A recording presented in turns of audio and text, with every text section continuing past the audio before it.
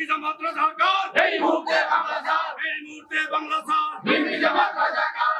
মাননীয় প্রধানমন্ত্রী সকল উন্নয়ন কর্মকাণ্ড ধ্বংস করা হয়েছে, অগ্নিসংযোগ করা হয়েছে, আমরা তার তীব্র নিন্দা।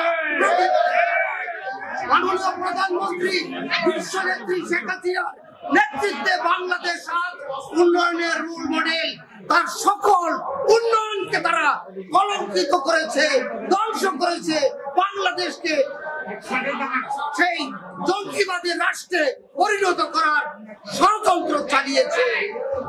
এই কথা বলে তীব্র নিন্দা প্রতিবাদ জানিয়ে আমার বক্তব্য শেষ করছি। জয় বঙ্গবন্ধু, জয় বাংলা, জয় বঙ্গবন্ধু, জয় বঙ্গবন্ধু। বিএনপি জামাত রাজাকার এই মুহূর্তে বাংলা ছাড়, এই মুহূর্তে বাংলা ছাড়, বিএনপি জামাত রাজাকার। জয় বাংলা।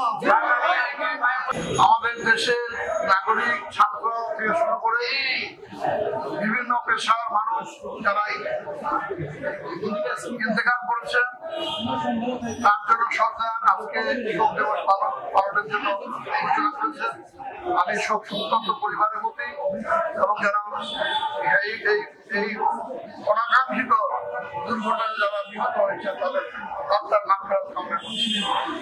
আপনারা জানেন যে ষড়যন্ত্র চলছে এবং ষড়যন্ত্র অগণতান্ত্রিক পথে সংবিধানের বাইরে গিয়ে যাতে সরকার উৎখাত করা যায়, দেশে একটি অরাজকতা সৃষ্টি করা যায়, তার জন্য ষড়যন্ত্র চলছে।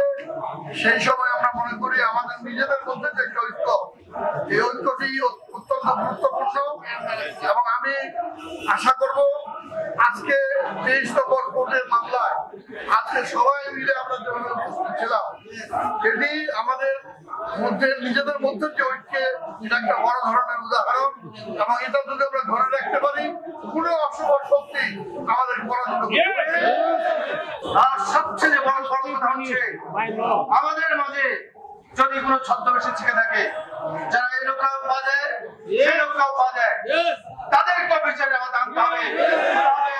আমাদের আইন অঙ্গনের অভিভাবক, আইনজীবীদের দিক নির্দেশনার অন্যতম কারিগর এবং আমাদের অত্যন্ত সবারই প্রিয় ভাজন শ্রদ্ধাভাজন আমাদের তাপস পরিষদের আমাদের সদস্য সচিব